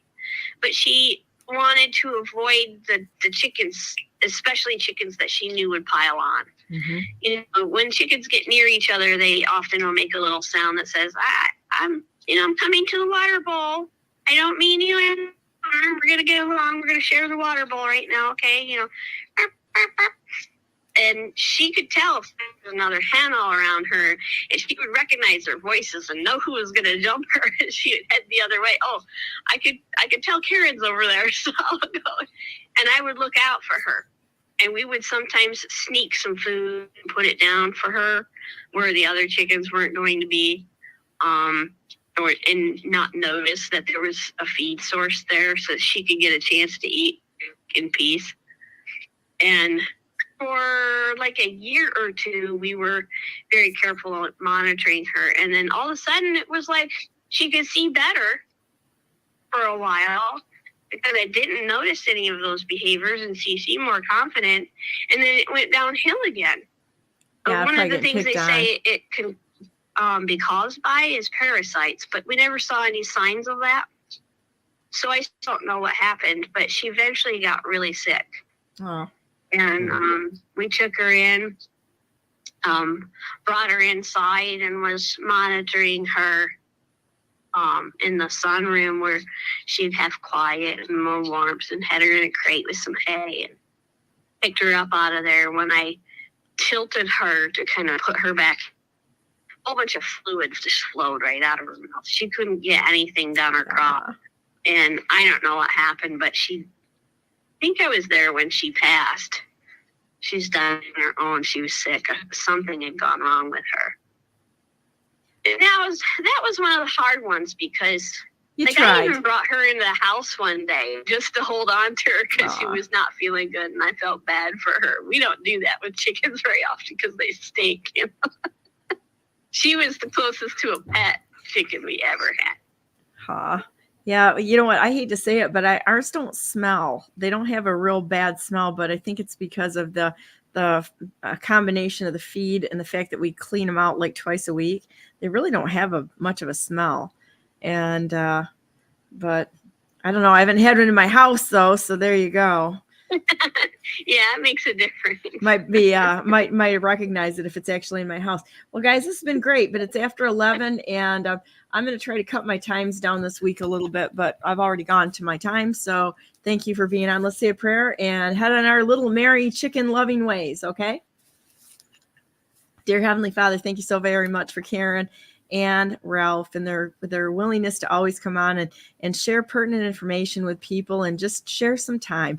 It's amazing to have great friends who we can just sit and have coffee together and talk about life, the things that are important and the things that sometimes are just part of life, that are funny and just part of daily living. And we just want to thank you. This is a great place to be.